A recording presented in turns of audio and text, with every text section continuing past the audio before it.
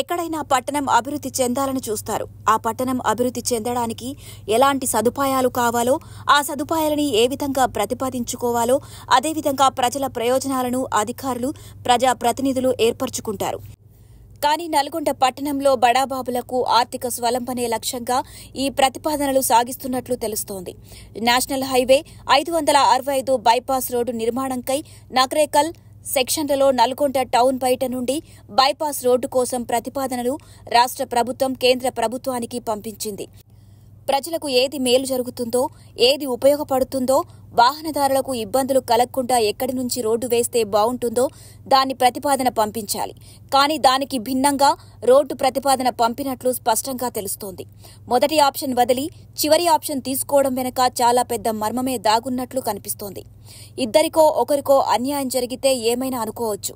కానీ ఇక్కడ మధ్యతరగతి కుటుంబాలు, పేదవారు, ఇల్లు నిర్మించుకున్నవారు వారి గృహ సముదాయాన్ని కోల్పోవడంతో సుమారు 1000 మందికి పైనే ఈ బైపాస్ రోడ్డు కారణంగా రోడ్డున పడుతున్నట్లు తెలుస్తోంది. బాధితులంతా దిశని కలిసి వారి బాధను తెలుపుతూ కన్నీటి పర్యంతమయ్యారు. నల్గొండలోని పలువురు ప్రజా ప్రతినిధుల వద్దకు వెళ్లిన వాళ్లు మీరు బయటకు వెళ్లండి అని బయటికి పంపించినట్లు తెలిపారు.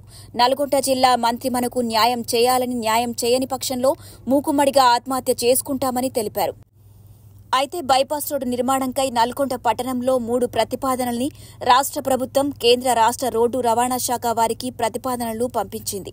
మొదటి ప్రతిపాదన 11 కిలోమీటర్లు 4 లైన్ల రోడ్డు మొత్తం కూడా వ్యవసాయ భూముల నుండి వెళుతుంది. సుమారు 50 హెక్టార్ల భూమి దీనికి అవసరం ఉంటుంది. ఇది ఉదయ సముద్రం గేట్ల దగ్గర నుండి అద్దంకి బైపాస్ రోడ్డు గుండా కేశరాజుపల్లి నుండి ఎస్ఎల్బీ వరకు సాగర్ రోడ్డుకు లింకు చేయబడుతుంది. దీని అంచనా విలువ సుమారు 690 కోట్ల రూపాయలు. ఇందులో వ్యవసాయ భూములు మాత్రమే కోల్పోవడం జరుగుతుంది. ఎలాంటి నిర్మాణ కట్టడాలు లేవు. అదేవిధంగా వ్యవసాయ భూములు మాత్రమే కోల్పోవడం జరుగుతుంది.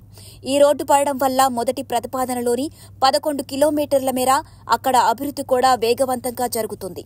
భూములకు కూడా రైతులకు ఎక్కువ రేటుకు పలికే అవకాశం ఉంది. సుమారు 50 హెక్టార్ల భూమి కోల్పోవడం జరుగుతుంది. ఇక రెండవ ప్రతిపాదన 20 కిలోమీటర్లు 4 లైన్ల రోడ్డు నల్గొండ పట్టణానికి కుడివైపు నుండి పానగల్ ఛాయా సోమేశ్వర ఆలయం నుండి చెర్లపల్లి బైపాస్ రోడ్డు మీదుగా ఖాతాలుగూడ, మామిళ్లగూడ మీదుగా ఎస్ఎల్బీసీ రోడ్డుకు లింక్ చేయబడుతుంది. సుమారు దీని అంచనా విలువ 1000 కోట్ల రూపాయలు. ఇందులో కూడా వ్యవసాయ భూములు మాత్రమే కోల్పోవడం జరుగుతుంది. సుమారు 90 హెక్టార్ల భూమి కోల్పోవడం జరుగుతుంది.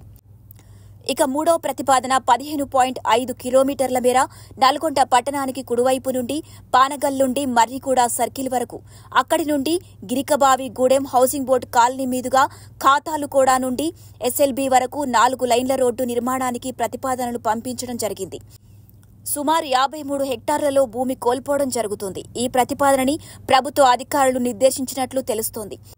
ప్రజలకు నష్టం జరిగే విధంగా నల్గొండ మున్సిపాలిటీ లోపలి గుండా గృహ సముదాయాలు కోల్పోయే విధంగా, అపార నష్టం కలిగించే విధంగా 3వ ప్రతిపాదనను ఎంపిక చేసినట్లు తెలుస్తోంది. ఈ 3వ ప్రతిపాదన వల్ల చాలా మధ్యతరగతి పేద కుటుంబాలకు చెందిన వారి యొక్క ఇండ్ల స్థలాలు మరియు కోల్పోయే అవకాశం మెండుగా కనిపిస్తోంది.